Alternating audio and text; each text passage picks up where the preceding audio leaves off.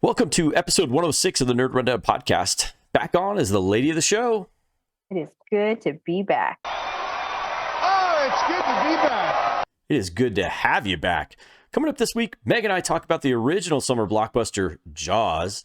Netflix drops a ton of news on us from their Ta-Dum 2023 event, including Meg's favorite guy, Chris Hemsworth, back in Extraction 3. Some Rebel Moon behind the scenes has us amped, and one of the first ladies of science fiction is coming to Stranger Things Season 6. Meg's thirst trap continues with our first trailer for Kraven the Hunter. Finally, we wrap up the show with a fun Nerd Box question about a recast of The Wizard of Oz. Ready? Hit it!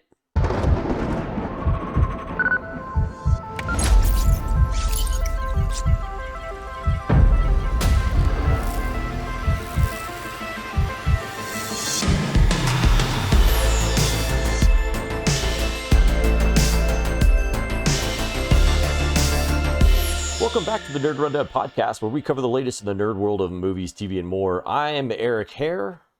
I'm Megan Bradbury. Thank you for tuning in here on YouTube and over the digital wire, wherever you consume your favorite podcasts. If this is your first time, then please like, subscribe, and hit that bell notification so you don't miss any of our shows that get released throughout the week. You can also follow us on social media such as Twitter, TikTok, and Instagram, all at The Nerd Rundown. Before we continue, let's hear a word about our sponsor, Combat the Chaos. It's no secret here at the Nerd Rundown that we support our veterans and our first responders. We ask that you do the same thing through our sponsor, Combat the Chaos. They're a veteran-owned clothing company that donates part of their proceeds to other amazing organizations supporting these warriors and guardians. If you're a veteran, you're at a 57% higher risk of suicide than those who have not served. As a veteran myself, this cause hits very close to home.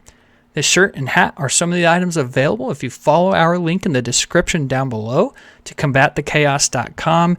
Use the discount code NRD for 15% off and help us fight this battle that veterans and first responders so desperately need. Now, back to the rundown.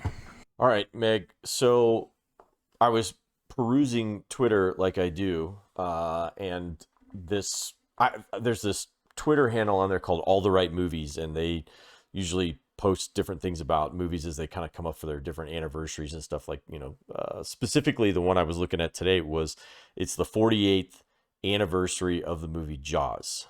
And very interesting to hear some of the stuff I'd heard, some of the stuff was new to me. I did not know that there was so much conflict between the guy who played Quint and Richard Dreyfuss, who played Hooper. So it was kind of interesting to learn that they had a lot of clashes with each other, because on screen it really didn't seem that way. So I wanted to ask you first, your first memory, I guess, of Jaws, or what do you remember from seeing Jaws like that first time?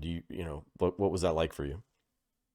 I feel like I have this vague recollection of when I was like 7 or 8, which was probably way too young to have been watching Jaws. Right. Yeah. And I remember that like iconic opening with like the girl swimming in the water. Yeah. And, the legs under the water and everything. And Sure. then everybody remembers the music from it. Oh, for sure. For sure. And I just have like bits and pieces of that movie seared into my brain from when I was little. Right. And, thank God it never made me develop like a fear of swimming or sharks, Right. in the ocean or whatever, but it does still cross my brain every time I go swimming. Yeah. Not just in the ocean, but yeah, I remember it when I was again, probably too little to be watching it, but I do remember and the shark coming up out of the water to get the boat. Yeah. And, I've seen all different behind the scenes and things, and I haven't watched it in its entirety now that I'm an adult, but I do remember that when I was a kid, seeing that the legs in the water and then the boat chomping. Yeah. Yeah. What's crazy is you watch, like, if you do watch the behind the scenes of just that opening sequence by itself, like how they pulled that off, and just a lot of it is, I think there's another show out there called It Was a Shit Show, and like Richard Dreyfuss apologized during a pre-release of the movie he was doing some TV interviews or whatever, and he like apologized ahead of time he said it's not Steven Spielberg's fault that this movie is going to be bad. My performance was terrible, blah blah blah, and then it turns out that this thing becomes the summer blockbuster. This is like considered the first summer blockbuster, and it all came together terrifically. It was just really, really great. And there's some iconic scenes. The poster itself, with the girl swimming and then the shark coming up from underneath is just it's just scary. And then that opening sequence with her, you said you felt like you saw it too young. The conversation you and I were kind of having before the show was I was like what age is appropriate to see that movie, because even as an adult it still terrifies me.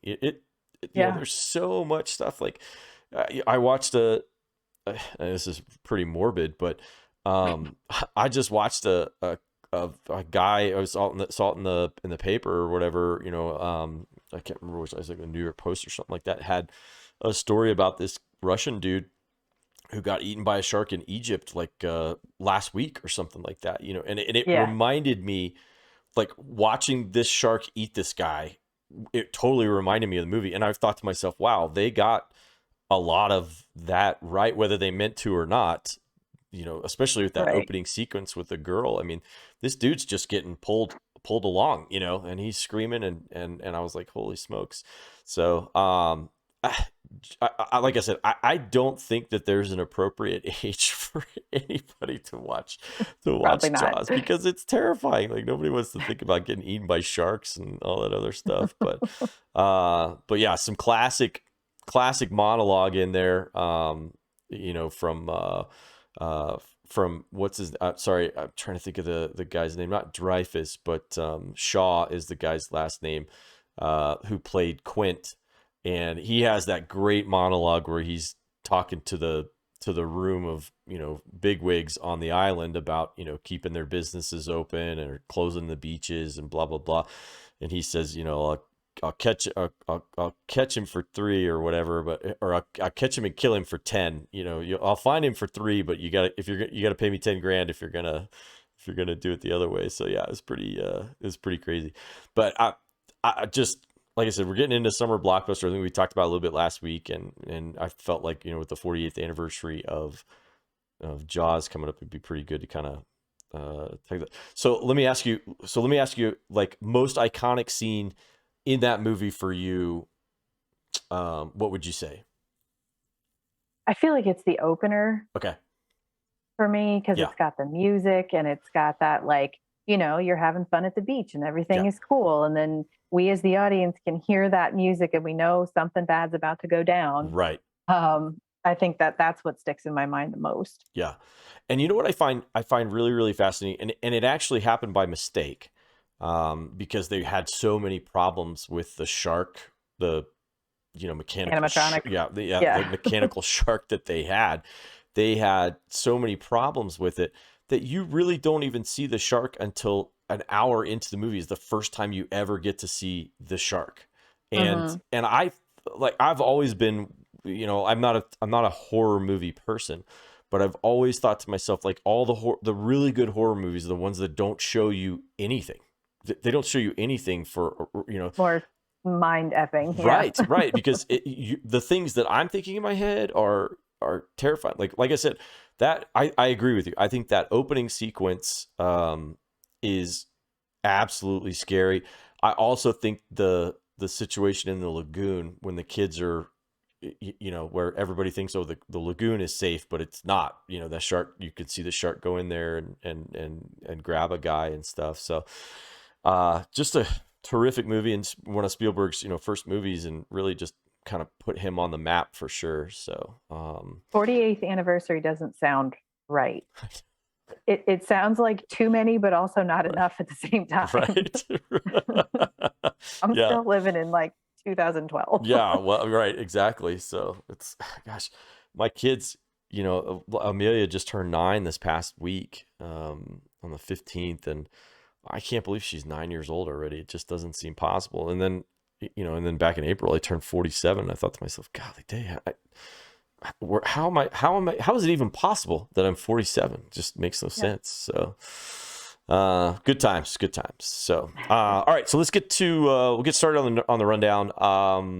So Netflix had their Tadum 2023. I don't know if I did that in the right pitch or not, but Tadum. I think I have to probably work on it, but yeah. So they had their Tadum 2023, which I think is hilarious that they call it that.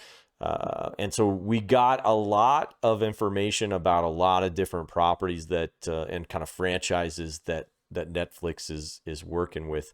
I'm selfishly going to talk about Extraction 3 right off the bat. It probably is not the most pressing one on the list here, I guess. Probably not. For me, it's up there. It's up there for me too. Yeah. So so did you watch the second one yet? Have you watched the second one? No, I have not. Yeah, me either. Me either. Like, I loved the first one, and I've had it on my list. The Extraction 2, I've had it on my list to watch it, and I'm like, man, I really need to get my butt in gear and watch it because I freaking love Tyler Rake. Like, the character is so awesome, and It's just so great. Yeah, and just that trailer with the scene, the one That shot 20-minute long. Yeah. Gosh. Oh my God. So my husband and I both, I mean, I don't know if he loved it as much as I did, but we both enjoyed the first one. And so this is going to be one that we need to make time to sit down and enjoy. Yes. And just with the kids being sick and everything over the last, 4 years now. Right. So it's gonna be a minute, but yeah. It's not as though the movie is like life-changing good. It's just entertainment, and that's all I need. I just need to shut my brain off and watch. I would watch Chris Hemsworth do lawn work. Like, you guys say you would watch, yes, Gal Gadot paint the wall. Yes. Oh my God, I just screwed up her name. Podcast brain. Yeah, because you would watch her paint the wall. I would watch him do yard work. We're going to talk about her a little bit later, and so I was. Do I get to correct you on her pronunciation then? If you remember how to, yeah. Nah, I won't. I still say it. I say it the wrong way. So, I agreed. So that has been the same situation for me. Is I have not been in a position to watch Extraction 2 the way I want to watch it because I actually want to watch it in my theater.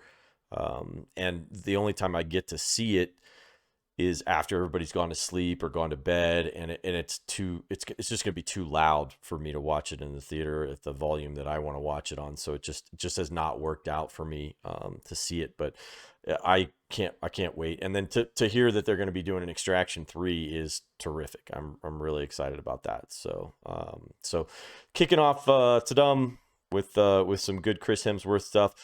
Moving along to an update, we got a cool little video from Cobra Kai season 6. They did a table read, so they had the cameras in there with everybody kind of showing up, all the cast and everything. And so this is season 6, going to be their finale. So we'll be wrapping up the series, which I'm not upset about. I've enjoyed the heck out of Cobra Kai to this point, way more than I thought I was going to. So, and I know you had watched. Are you a big Karate Kid fan then, or you never didn't really matter to you? I wasn't. I'm kind of indifferent on it, which I feel like makes me really uncool because everyone loves Karate Kid. Yeah, right. It just wasn't like in my household when I was growing up, you know. But my husband is like full on board, loves it, has watched it a million times, has tried to get the kids to watch it, but I'm like, they're 2 and 4. They're not quite there yet. Not quite there yet. Yeah. Quite there well, yet. And you could tell Johnny, like I said, Amia is 9, Jack is 7. And we recently showed that to them like within the last month and a half. And they enjoyed it, but they really didn't get into it till the very end of the movie. Like that was when, the early fight scenes were cool, but then it got too slow for them with like the boyfriend and girlfriend stuff. They've kind of tuned out at that point. But yeah. Yeah. So maybe like junior high age, right? They'll be into it. But he's watched all of, that was like his thing. He would sit down and that was what he was going to watch. And so I've caught, I don't want to say a majority of it, but I've caught a lot of it kind of like through the kitchen watching, over Sure. his shoulder or whatever. And Yeah. like, it's so cheesy, Yes. but they just embrace the cheese. Yes. And that video that they released of them, arriving for the table read was it was just so cool. It looks like such a fun set to work for on. sure. Yeah, I was thinking the same thing. So that was cool. I'm so glad you said that, because I was thinking the same thing. It looks like a family. I know we make fun of the guys on the Fast and Furious for the family stuff, but really watching that, you could see the genuine affection that all those folks have for each other, and I think it's super cool that it's a cast of. There's a ton of diversity on the cast, not just from from different people from different places, but also age. You've got the older cast, and then you've got this younger cast, and I think that's what keeps it more fresh for me more than anything is, the adults have just as much to learn as the kids have to learn, and so you just watch both of them fail miserably at learning these lessons. And then you have some people who are a little bit on the cheese side when it comes to the evil, like the villain type stuff. It's a little overdone, I think, in some instances, but for the most part, I've really enjoyed it, and I'm excited that they're wrapping it up. I think it's time, so I think it feels like the right thing. And who knows, we'll maybe be able to get a new Karate Kid reboot movie or something along those lines. I'm sure that they've got something in the can for that. Yeah, so. I'm sure there'll be some sort of spinoff for the younger, newer generation. Right. So we're going to talk about kind of move on just a little bit to a series that I did not watch on Netflix. Again, Meg and I are probably the worst two to have on tonight, to have this to dumb, because I did not watch Squid Game, but and Meg, you did not watch Squid Game, correct? No, but I think I saw enough reels and stuff and clips on Facebook to know the general gist of right. Yeah. The and then I'm about. sure I caught the kids watching a Mr. Beast Squid Game ripoff or something along those lines. So but yeah, so they're doing a reality show. So in addition to season 2 of Squid Game, they're working on casting that. That was some of the news that they talked about.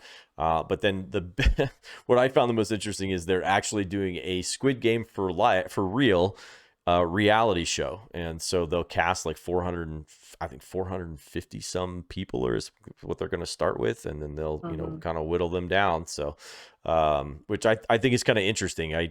I'm not a huge reality show person. I have 2 reality shows that I watch in Survivor and The Amazing Race, and that's about it for me.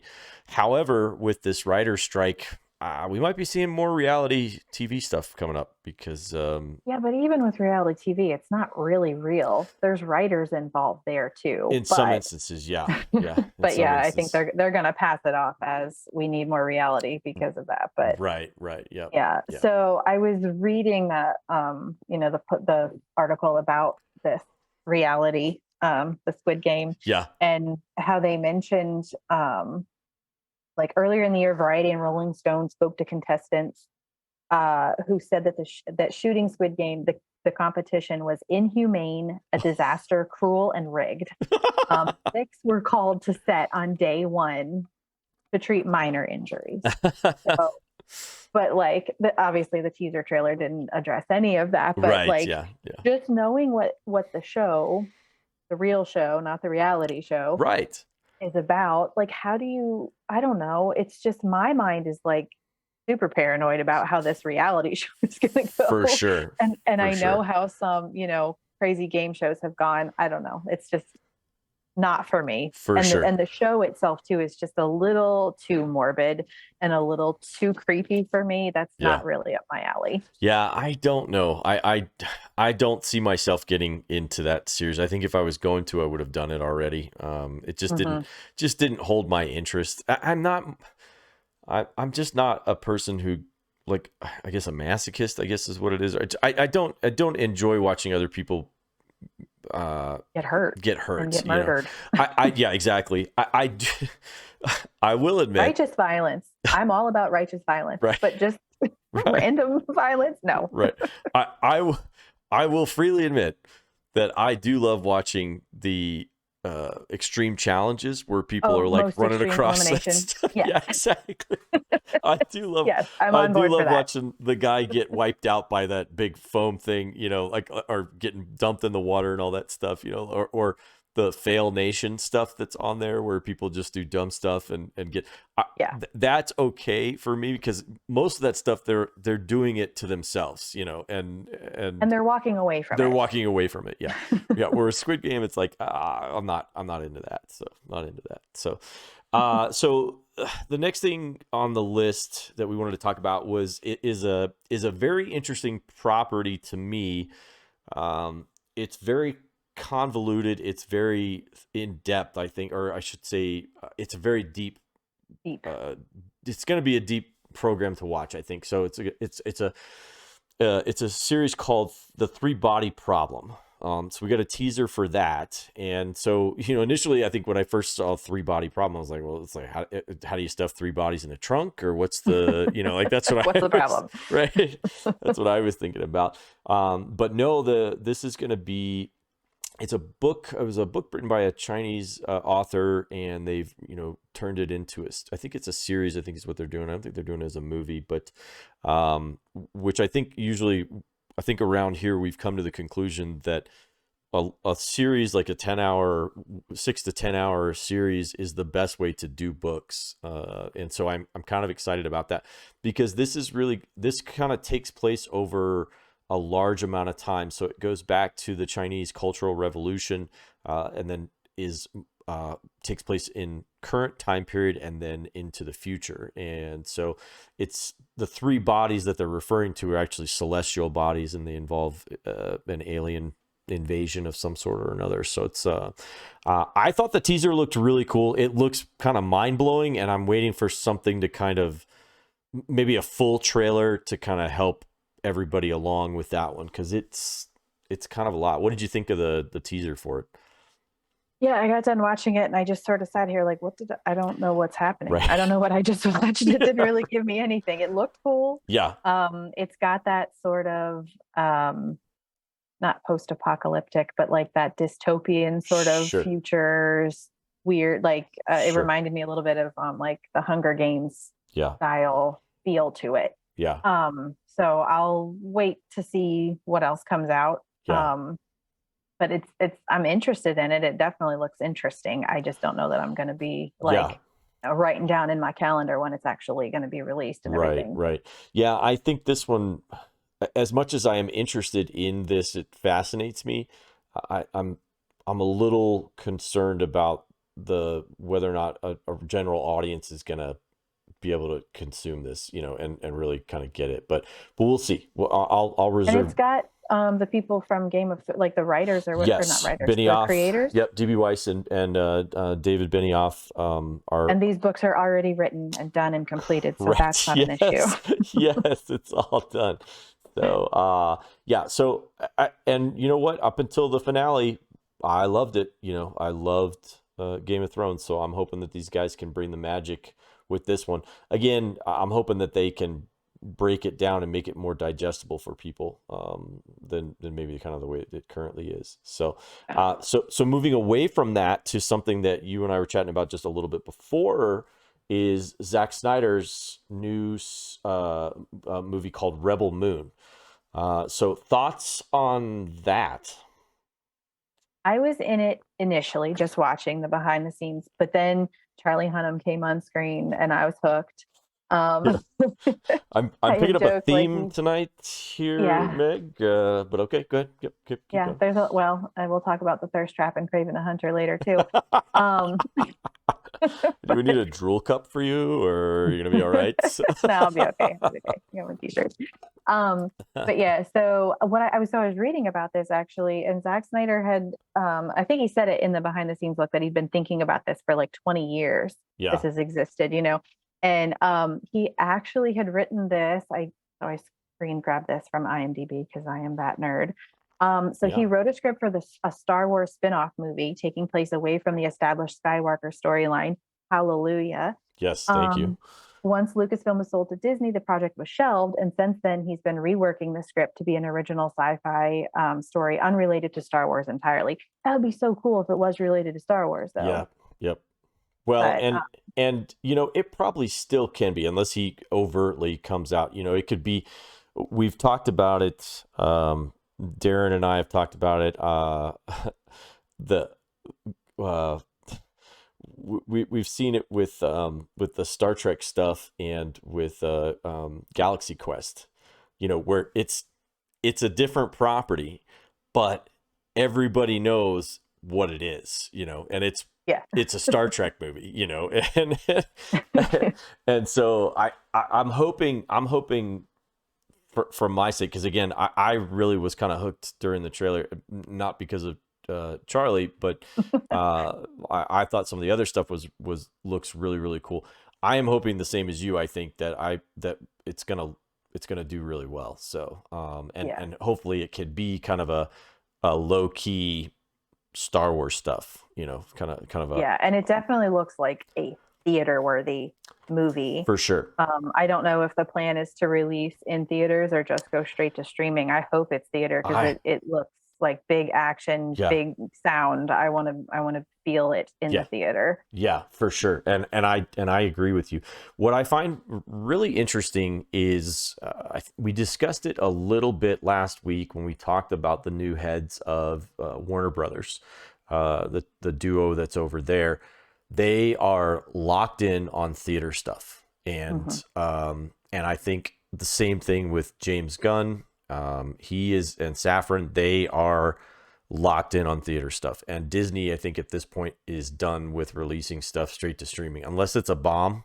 They're dropping it in the theaters from here on out. So, which is exciting for me because I think that's what we need to do. I am hoping that Netflix can get their stuff together and release stuff in theaters as well, because I think they're doing their customers a disservice by just having it on the streaming stuff. Yeah, everybody's got a 65-inch TV, and that's gigantic, but there's just something about the environment of the theater. Exactly. Like it's just so exciting to go and to hear and to feel and to be in this nice quiet dark room for a few minutes before the lights come down, before the movie comes on. Right. Like, it's just, and the smell of the pot, it's just the whole experience of the theater that these kind of movies need to be seen there. Couldn't agree more. Yep. So speaking of big time movie stars, although she hasn't been in much lately, but gosh, as far as sci-fi stuff is concerned, this name is this is like one of the first ladies of science fiction and action stars, because you really had Sigourney Weaver as Ripley, and then right behind her is Linda Hamilton as Sarah Connor. So one of the first ladies of action and sci-fi is coming back, although she's joining a different franchise. She's going to be in season 6 of Stranger Things. So I'm super excited about this because, again, like I said, she's one of the first ladies of action, action stars, and her growth from the first Terminator movie to the second Terminator movie, and it was just amazing because she was just this little kind of mousy. Yeah, well, in the first one, she was like this mousy waitress, when we first meet her, and then by the end of the movie, you're absolutely right, she's a bit of a badass. And then we pick up with her in Terminator 2, and she's full on like a Terminator herself. Like, she's made her body and she's trained herself, and she is pretty much a killing machine at that point. So do you remember seeing Terminator 2 with her, and like what were your thoughts like when you, because I think you were probably too young for Terminator in the theater, the first one, right? For sure. Yeah. I remember seeing it on TV. And it's just like, I haven't seen it in its entirety since I was a kid. Yeah. Just bits and pieces, clips in my mind. Sure. The thing that sticks out to me the most, and I think it's the second one. Yeah. Is a blonde guy. I don't even know what, like, is the second one where Arnold is the good guy? Yes, yes, Okay. yep, Yeah, where the guy like melts down into like the yes, pool yeah, of mercury or yeah, whatever. yeah, Like for sure. that scene sticks Y- in my brain so much. Yeah. Um, but I can't remember much else about it.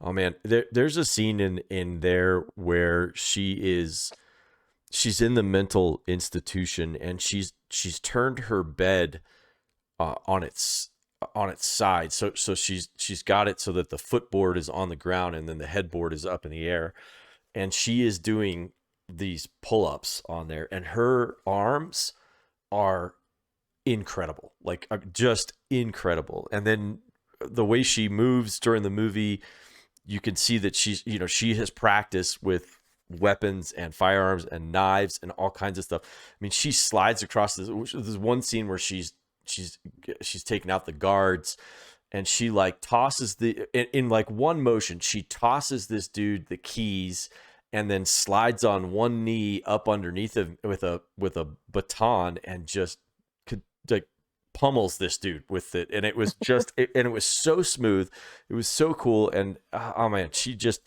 like I said, she was a Terminator herself. So I'm excited to see her in this. I don't know what they're gonna put in. Please be something badass, like please be something badass with her. But I feel like, because it wasn't the picture of her like upside down. yes, Obviously, we're talking about the upside down, but I'm yep, wondering, like, is she someone that's been trapped in the upside down yeah, for years like or whatever? yeah, I'm very excited. I'm not that I'm not excited that she's going to be in season 6. I yeah, just want season 6 so bad. yes. Or season 6 or 5? I think 5. So we should be getting 5, and then 6 is The final. the final. Yep. Okay. So Yeah. I can't wait I just to. want more of that universe. Yes, yeah, yeah. And I thought season 4 was pretty epic. I really did. The amount of, I mean, because it basically was like each episode was like an hour and a half, 2 hours. Like each of them was like a movie. It was several movies. Yeah, yeah. It basically was each one was like a full movie, and I liked it. I didn't have a problem with it. I thought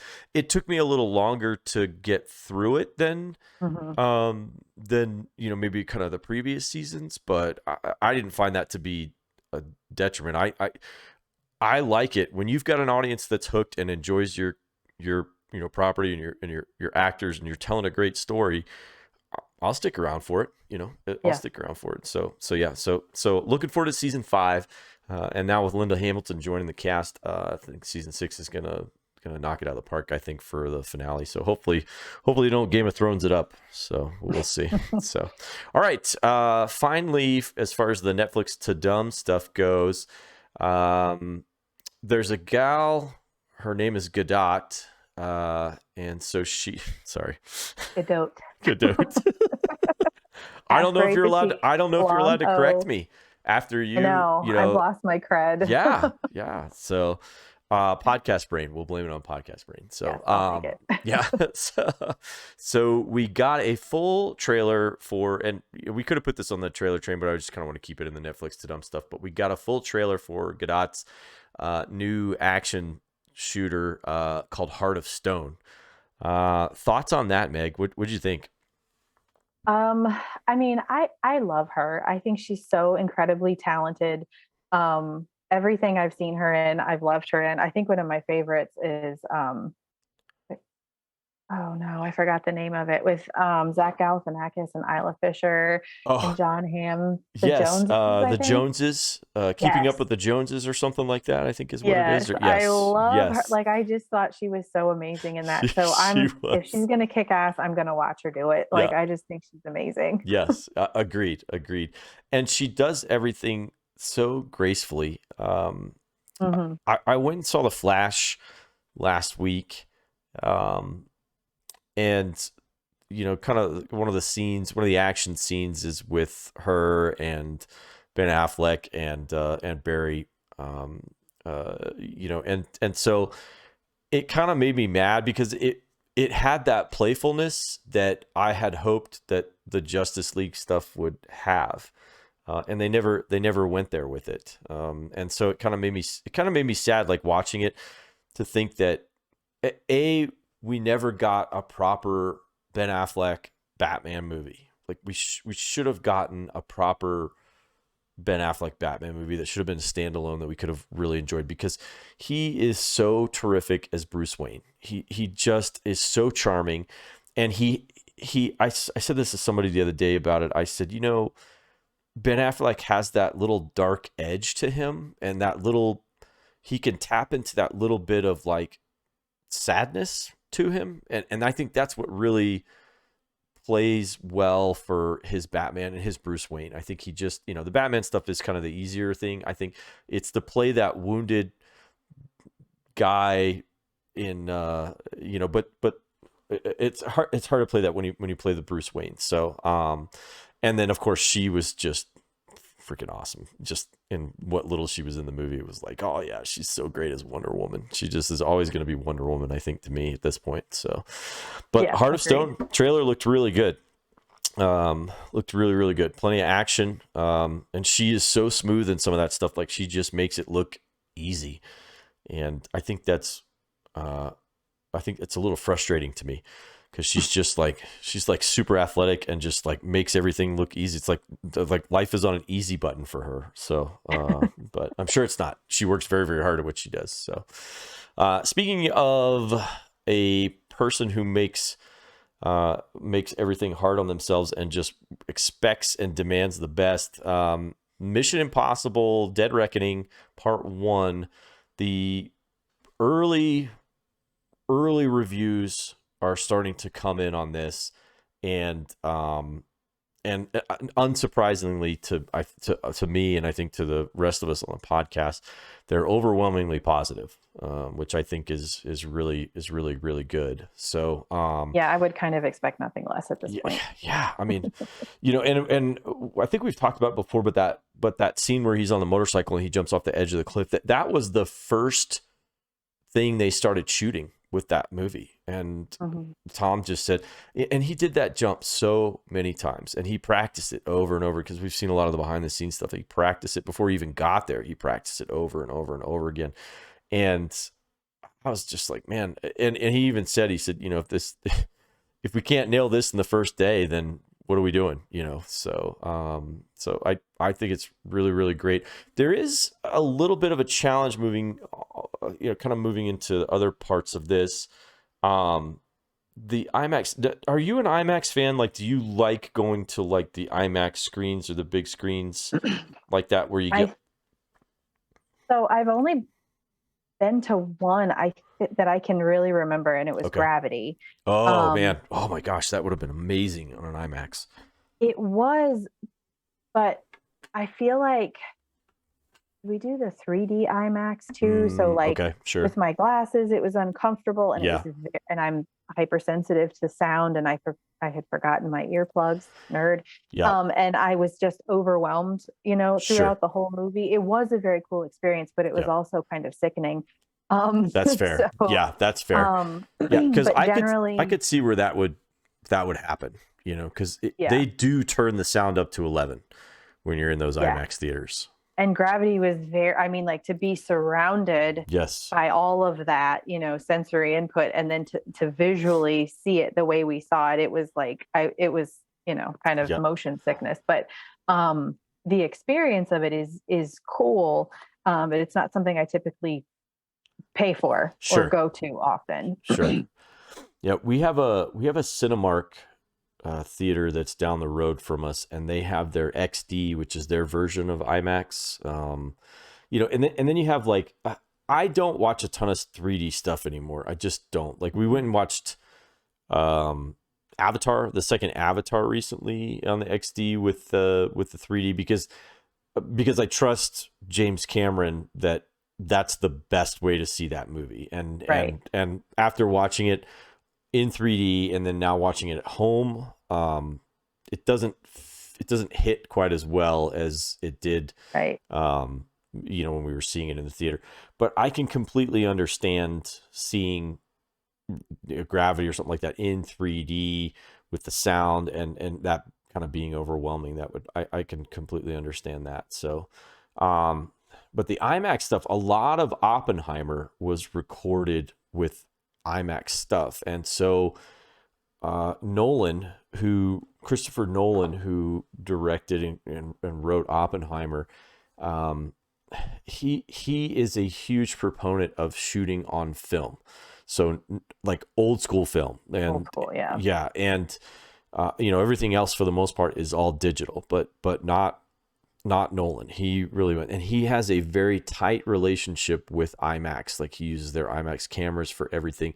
And so a lot of Oppenheimer is shot with those IMAX cameras.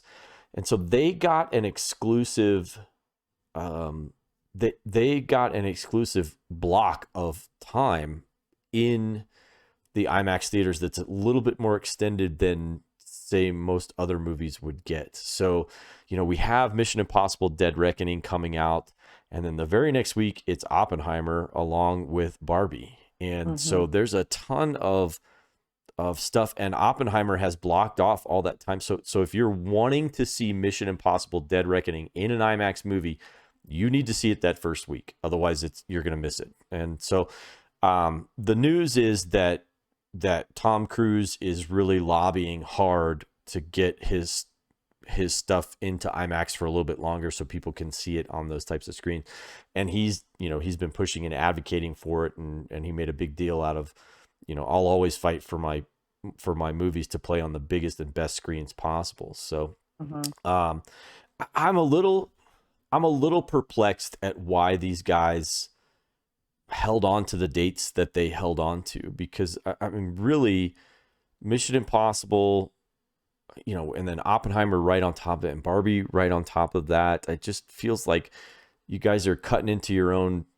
You're cutting into things. Like, if you give a couple weeks in between each one, I think that's enough time to give people time to get to the movies and see the stuff that they want to see, and especially on the IMAX. My dad and I last year, my brother and my dad and I went and saw Top Gun Maverick on, and we saw it at a museum IMAX. So there's like a mini IMAX, and then there's the IMAX that they have at some of the museums and stuff, or some of the movie theaters, and they're like 3 stories tall. Like, it's just gigantic. I saw Interstellar on an IMAX like that, and then Top Gun Maverick was on there, and it was just incredible. So I'll definitely see Oppenheimer in IMAX, because I just trust Christopher Nolan that he's gonna put something just incredible, and I'm gonna want to see it. But I'm gonna miss Mission Impossible Dead Reckoning in the bigger screens, and so that makes me sad. But I can't work it. I won't be able to get to it any earlier. So yeah. I may actually be able to swing that this summer. And I'm really going to have to think about it. I know, I mean, as much as I think Oppenheimer would be worth it, I don't think I'm going to get out to that one, especially in IMAX. And I know Barbie's not going to be in IMAX, but I'm totally going to go see that. I've already got plans with a friend from work. Do you really? Wait. That's awesome. Yeah. Oh yeah. It's on my calendar. I get my notification when it's going to be opening. So, but yeah, Mission Impossible, I think I can probably swing that. So I'm going to have to maybe treat myself next month. That's the July 12th, I believe. Yeah. Did you see last week? I think we talked about it a little bit last week, or maybe we missed it, but they had a behind the scenes thing that they posted of Haley Atwell and Tom Cruise they showed a lot of the behind the scenes of how they do the car chase scenes, and it was really spectacular to watch. And they're like really handcuffed to each other, and it's just, and Tom is really the guy driving the car. It was, if you haven't seen it, I highly recommend picking it up, because check that out.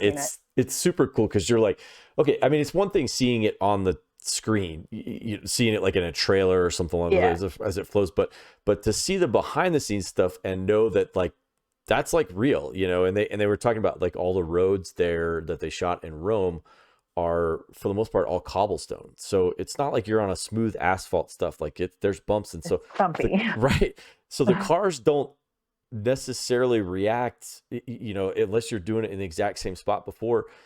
If you're off by a little bit, the road is different, like it's different over there, and it's because it just kind of moves in ups and downs and stuff. So I was really impressed with that. So I am so excited for Mission Impossible. I really am. I have to tell that my hype level for that movie is out of control.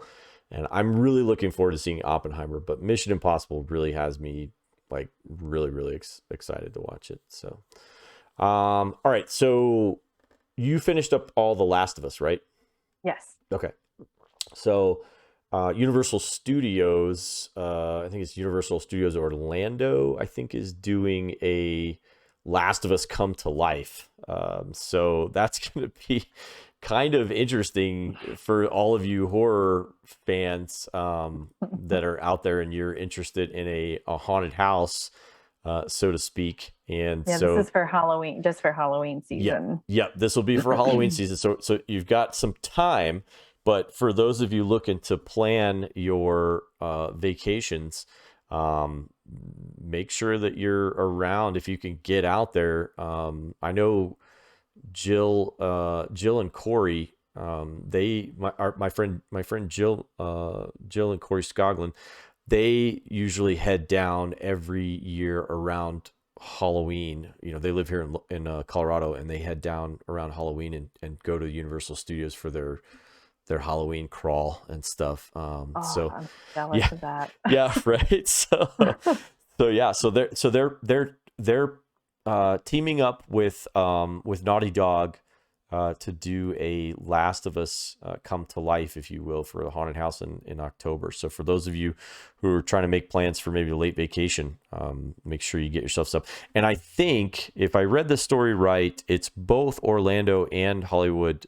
I think both properties are going to be doing it. So I actually like, I don't really like haunted houses all that much. I'll do them.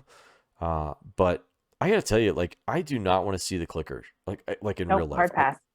I do not want to see that in real life. Like that. I'm good. No. I'm good with it. And even though I know it's just a ride or it's just a walk, whatever, I know it's not real. I can't. Like there's just something in my brain that just doesn't allow my body to calm down. Yeah, totally. It's like, okay, this is not real. This is not real. You know? Yeah, it was hard enough watching the show. Like I can't be surrounded by it. Yeah. And that whole sequence, I don't know, what was that second episode that they did where they had the clickers? I think it's like the second episode where they had the clickers in there and they were in that museum, and it was just like, oh man, that was scary. Yeah, my heart can't handle that. Right. But I will go. I think we should go. The Nerd Rundown group should go, and whoever wants to go through it can go through it, and I will just go drink butterbeer in Harry Potter World. Right. And wave my wand around. I can do that. We do need to have a field trip, Nerd Rundown field trip, and meet up someplace. And I think you're absolutely right. Universal Orlando sounds like a good place to go. Maybe get over to Epcot at Disney and ride the Guardians of the Galaxy, because that's 100%. Yes, that was amazing. Yeah. So all right. So a little bit more to go on, kind of Roundup stuff. I'm gonna call an audible on this, Meg, but let's start with Walking Dead Darryl Dixon teaser. So I don't know what's going on there. Like I don't know. All I can think, like when I see those shots, so it's just him laying on a boat in the middle of the ocean, which apparently he's off the coast of France or something. Apparently he's moving to France. So like, what the hell? I don't know. Like, I love Darryl Dixon. I loved previously The Walking Dead. I haven't kept up with it. And I don't know. I just feel like I care about him. I want to know what happens, but I'm not going to tune in. Yeah. know, I don't disagree with you. I really don't. I don't. I'm done. Like, I'm just done at this point. You know, I think that's really the only way to say it. This holds no interest for me. The Negan and I think it was with Dead City or something like that. The Negan and what's her name? Maggie. Yeah, Maggie thing. It doesn't hold any interest for me. I just think I'm zombied out at this point. You know, if that's even a thing. So it's not. We're not zombied out though, because I was just thinking that, like, I feel like a fraud saying I'm a zombie fan. Yeah. But it hasn't been a lot about the zombies lately. It really hasn't. It's more about this massive cast of people that I don't care enough about to stay invested. That's brilliant. Yeah, that's brilliantly put. I think fire ass take. Yeah, if that is a fire ass take. Darren would say it's a fire ass take. Yeah, I feel the same way. I just don't care enough about this cast anymore. Carol is still great. Darryl's still good. But the rest of them, I mean, they've kind of neutered Negan, so I don't know. Like I just don't care. That's really kind of where we've come to. So we'll see, if it comes out and it's really spectacular, maybe I'll give it another chance. But at this point, I think I'm done. So James Gunn was on Michael Rosenbaum's Inside of You podcast last week. And so he dropped a little bit of a hint about what's the future for the DCU stuff. Specifically, he talked about Peacemaker, which I know you watched. Mm-hmm. And God, I love that show. I was so gonna much. say, and So and freaking loved funny. it. Like I remember So good. when you guys were watching it, because I didn't watch it till later, and I just remember you were so funny about all the stuff that was going on in the show, and talking about it. You're like, oh my gosh, this is so great, and everything. So Peacemaker season 2 is going to be coming down the line, but it's going to be after. So basically, what Gunn kind of laid out for what James Gunn kind of laid out for everybody is that the Blue Beetle movie that's coming out. So Flash is pretty much the last of that, the last of the DCU stuff that was made, or maybe with Snyder. So I think that's pretty much put to bed after this, which I think is probably having a heavy impact on why that's not performing as well at the theater than they thought. I think they were expecting it to be better than it was, and it's gonna make about 300 million, I think, is probably what it'll probably do. So, but which for them is a disappointment. And so Blue Beetle is going to be the first character of the new DCU stuff, and then Superman Legacy will be the first feature film of this. We'll get a series based on the Waller character. And then after Superman Legacy comes out, then we'll get a second season of Peacemaker. Doesn't sound like we're gonna get another Suicide Squad movie. It sounds like James has kind of parted ways with that, but who knows? We'll kind of see what happens there. And then for the rest of the DCU stuff, I'm hearing rumors that Gal may not be done with Wonder Woman. So we'll see what happens there. I don't know what's going to happen on that one. And Gunn was not forthcoming when it came to anything along those lines. However, the way they did the end of the Flash movie, Aquaman may have a future. So I don't know. We'll see. So I'm sure you'll like that. Are you a big Aquaman fan? Do you like Jason Momoa? Is he a thirst trap for you? He's not for me, weirdly enough. Okay. My wife probably in my late teens, early 20s would have been, but now no. Yeah. That's but no, I'd be fine if they scrapped all of that and just went straight to season 2 of Peacemaker. Right. Like I just want more of that. Oh my God, that show was so damn funny. It really was. It put me in such a good mood every episode. It was so great. It really was. It was way better than I expected. But it just continues Gunn's winning streak. And that was one of the things I highly recommend if you have the time and you want to. I think we've talked about the Smart List podcast before. We really like that one. And I get a little frustrated with those guys because they're all like movie insiders. Like they're all actors and they all have their friends on and all that stuff. And it's like, I know they're going to get access to people that, that I'm not going to get access to or whatever. And we keep hoping, DJ. Yeah, we keep hoping DJ will join the show, at some point. But we just got a lot of scheduling conflicts between him and John Krasinski. It's just and Krasinski notoriously doesn't text back, as we learned from the Smartless podcast. Right. Yes. So Michael Rosenbaum's Inside of You podcast with James Gunn, that interview was really, really terrific. And a lot of his writing styles, and he was very candid about how he does stuff and how he writes his characters. And I think that's what makes the difference. He talked a lot about Guardians of the Galaxy, which I loved, and so that was really, really terrific. So yeah, so check that out. Like I said, we're gonna get Superman Legacy.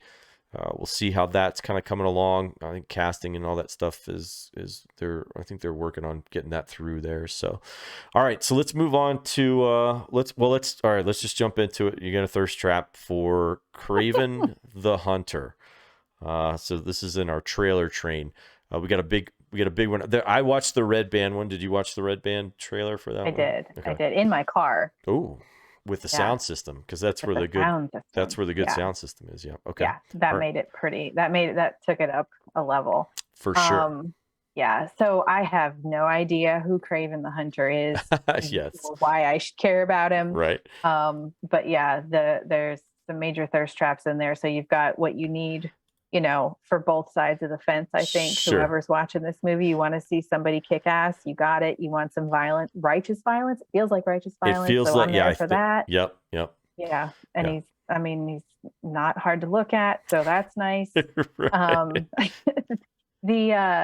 And maybe it'll look better when it comes out, but like the CGI lion was a little much. Yeah. Yep. I think they need to test him. He looks like he's hitting some roids, but that was interesting. But I mean, overall, I'm interested in the movie. It looks, and there's some big names. Russell Crowe, I think, is the only one. But then Aaron Taylor Johnson, yes, I only know this because I looked it up on IMDb. Is Tangerine from Bullet Train. Right? Never would have pegged him as Kraven. But yeah, so yeah, he's got a good, for the most part, he's got a pretty good resume. I have heard rumors that he might be up for James Bond as well, potentially the next James Bond. But that mustache that he had in Bullet Train, it was a really terrific mustache. I'll just say that. So it was epic, and I think that's probably why you don't recognize him quite as well, because he certainly is sans mustache in this one. So, but yeah, and then of course, all you Marvel folks will remember him as Maximoff, Pietro Maximoff from Age of Ultron, where I think he was in the post-credit scene in The Winter Soldier along with his sister Wanda Maximoff, and then of course he played Quicksilver in the Age of Ultron movie. So he's got some serious Marvel and comic book cred. He also was in the Kingsman. I don't know if you watched. Did you watch the Kingsman movie? Have you seen any of the Kingsman movies at all? I loved the first two. I have not seen the Kingsman yet. Okay, yeah, neither have I. And same thing. I loved the first two, and I have no excuse for why I have not watched the Kingsman, because the first two were just comedy genius, and then absurd. Just absolutely absurd in some of the stuff that they did, and I loved every second of it. I absolutely loved every second of it. Me too. So, and one of the things that Gunn, kind of zeroing back to the conversation that Gunn had with Rosenbaum, he kind of took Hollywood to task, and I have been saying this for a while, that a lot of the movies that we watch are devoid of any character or any plot. They're just spectacle films, and they really don't tell you a really good story about your characters. They don't help your characters grow or anything like that. And I worry sometimes when I see these newer MCU stuff, some of the newer, I think the stuff that we've seen, they just rely on spectacle. And DC is probably the biggest offender out of all of them.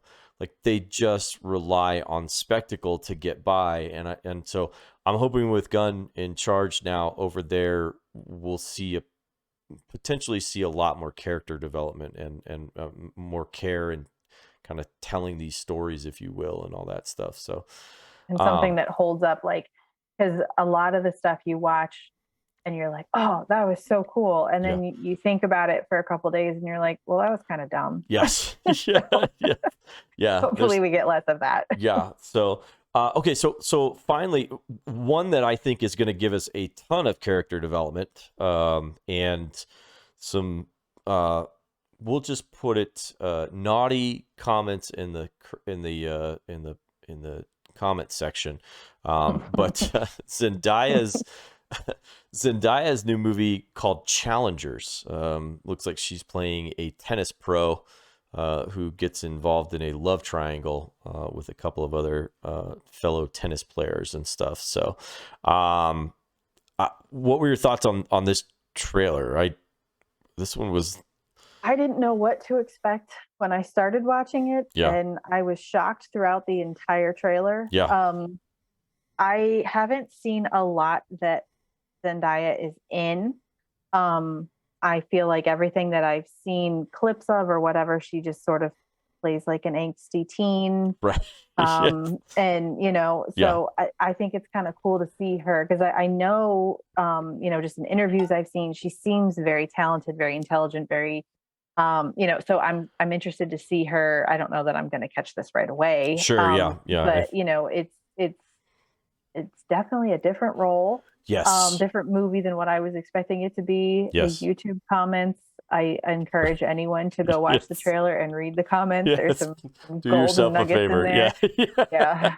And completely inappropriate, but Oh yeah. but they really fit good. the Funny. bill. So I love a good pun, and there's quite a few in there. I wholeheartedly agree with you on the Challenger stuff. This is a role, if you've seen Zendaya in anything else, this is a role you've never seen her in.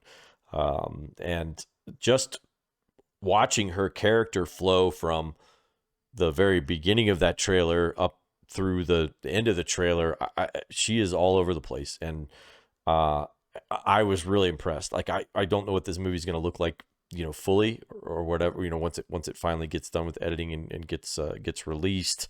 But man, it was intense. I was really, you know, and those love triangles are always weird, you know, it's always kind of weird. And I don't know, I definitely will, I can say right now, wholeheartedly, I will not see that one in the theater, but that one will be on the list of maybe something to watch with Stace for sure. So, yeah, that's definitely, I'm not going to be caught going to the theater.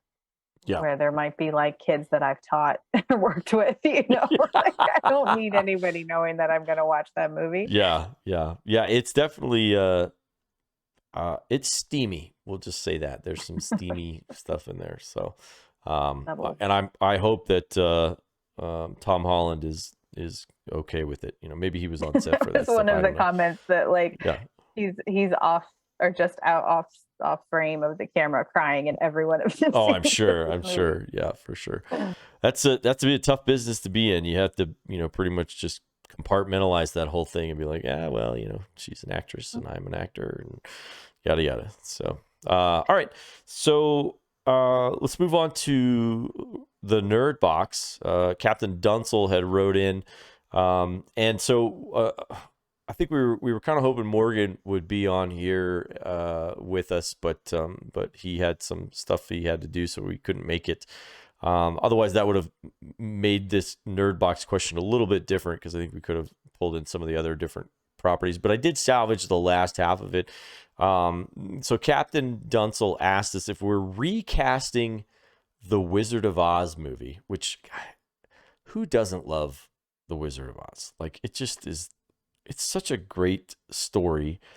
I think I took my mom to see it when it was like the 50th or 60th anniversary of the movie. I can't remember.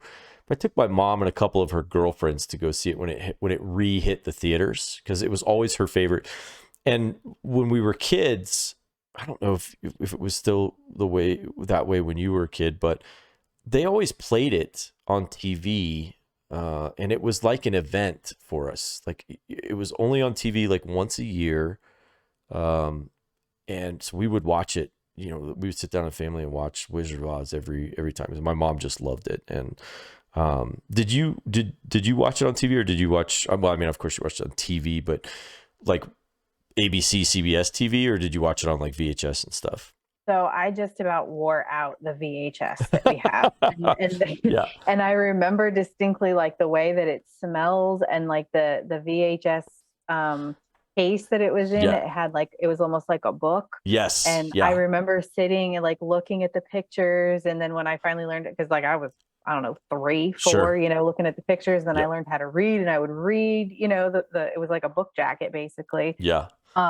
Yeah, no, that my mom was probably so sick of watching or hearing it, at least, because Yeah. it was on constantly. Oh, I'm And sure. now I know how she feels, because we've had Moana and recently Monsters Inc. for my son, but Oh man. just on repeat. But yeah, The Wizard of Oz was like my movie for a long time. I was Dorothy for Halloween one year. Yeah.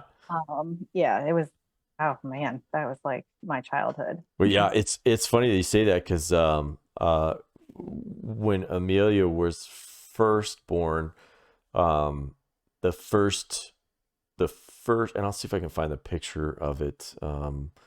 The first Halloween after she was born, we all dressed up as Wizard of Oz characters. So I was the Tin Man, and I think Lexi was the lion, and then Stacy was the scarecrow, and then of course Amelia was dressed up as Dorothy, and we had this little headband that had pigtails on it and everything, and Yeah. and so it was. I'll have to see if my mom can find that Halloween picture. Yeah. It's pretty Yeah, dorky. yeah. See if you can find it, because I'd love to put it in the show if we can. So, but if not, maybe we can sneak it in some other time. But yeah. So anyhow, Captain Dunsel asked us if they're recasting the Wizard of Oz nerd rundown version, who among you 4 are Scarecrow, Tin Man, Lion, and Dorothy? And I think I spelled Dorothy wrong on the sheet there, but anyhow. Your thoughts? Like, I mean, are we gonna? I guess we kind of have to say it for you. Your options are not necessarily limited if you don't want to, because I personally, I think I probably put Morgan in the Dorothy role. So I don't know that you necessarily are typecast for this, because Right. I don't think I default to Dorothy just because she's the girl. Yeah, But yeah, like I said when we were talking about this before, if we're going based on like skills and like my motor skills, I think I fit right in with the Scarecrow. yeah. And I don't because- think you're wrong. I don't think Yeah. you're wrong. I mean, we've discussed it just in this podcast. There's a lot that scares you, Meg. Yeah. There's a lot. It's a scary world for you. So And I just remember him being very clumsy, and I Yes. feel like that's me to a T. yeah, that's fair. I'm gonna go. Although, as I'm aging, I'm kind of feeling like the Tin Man. Right. Yeah. Well, we talked about this earlier. So Tuesdays are a really tough day to record for me, because I coach Little League. I coach Jackson's Little League team. So that's early, and it's like 4:00. Our practice started at like 4:15 or so. So we had a game at 4:15 that ran till 5:45. Amelia had softball, fast pitch softball. Her game started at 6 at another park clear across town. And then I had a softball game at 7:15 right after her game, and then had to book it home to get on here with you to do the show. So I tell you what's interesting is it used to be that I was never sore, and then as I got older, I started to get a little sore, and then I started taking Tylenol after the games, or whatever, and then it became like taking them right before the game. And now I take it like an hour before the game, because it's like, I want that thing Preventive kicked in. maintenance. Yeah, exactly, because it's just going to be bad. But it's 47 still running around out there doing the best they can. So, all right, so let's go with Darren. Who do you have? Who do you have Darren at? I don't know. This is tough. Yeah. I think let's do Stump in the Lion, because I think he'd really enjoy that name. I think so too. Yeah. I think I have him in the Lion role also. And not because of the cowardly part, it's the courage part. I think him being in the Army and the stuff that he faced, the adversity that he faced in the Army and stuff like that, and the war and stuff. It's not the cowardly part. It's, that he actually did display great courage. And I think, so definitely not the first half of that. It's the it's the courage model there. So I got to give him the lion, and then I got to tag myself, I think, in the Tin Man role there. So because sometimes I'm a little bit too much of a softie. I think maybe I have too big of a heart sometimes. So I get a little too emotional with things sometimes. So I think I'll put myself in the Tin Man role, and I literally have a Tin Man costume, and that's what I signed up for. I'm not going to take a drink on that because I literally do have a tin. We I don't know if we still are holding ourselves to the literally stuff, but I do have one. So like I said, obviously though, right? It wasn't literally. It was obviously. Yeah. Oh, that's right. It was obviously. You're right. Well, obviously I'm wrong, so it's clear. So all right. So terrific show, Meg. Thanks so much for joining us. Thanks everybody for tuning in, either on YouTube or wherever you consume your podcasts, Google Podcasts, Apple Podcasts. As a reminder to you guys, please comment on the show. It helps us with the algorithm, especially on YouTube. Or if you have not, if you're listening on Apple Podcasts and you haven't put a review up there, please do so. Take 2 minutes, just put up a review, just let us know, unless it's negative, and then don't put anything up there. So, but it's always we don't want to hear that. Yeah, we don't hear any of that stuff. So anyhow, thanks, Meg. We'll look forward to seeing. I think, like I said, Mission Impossible, I think, is the one that you and I are kind of the most anxious for. Although, Kraven the Hunter sounds like it's going to be pretty exciting for you as well. So, but we'll see. So, all right. I'm going to hate him with Thirst Trap. Yeah, for sure.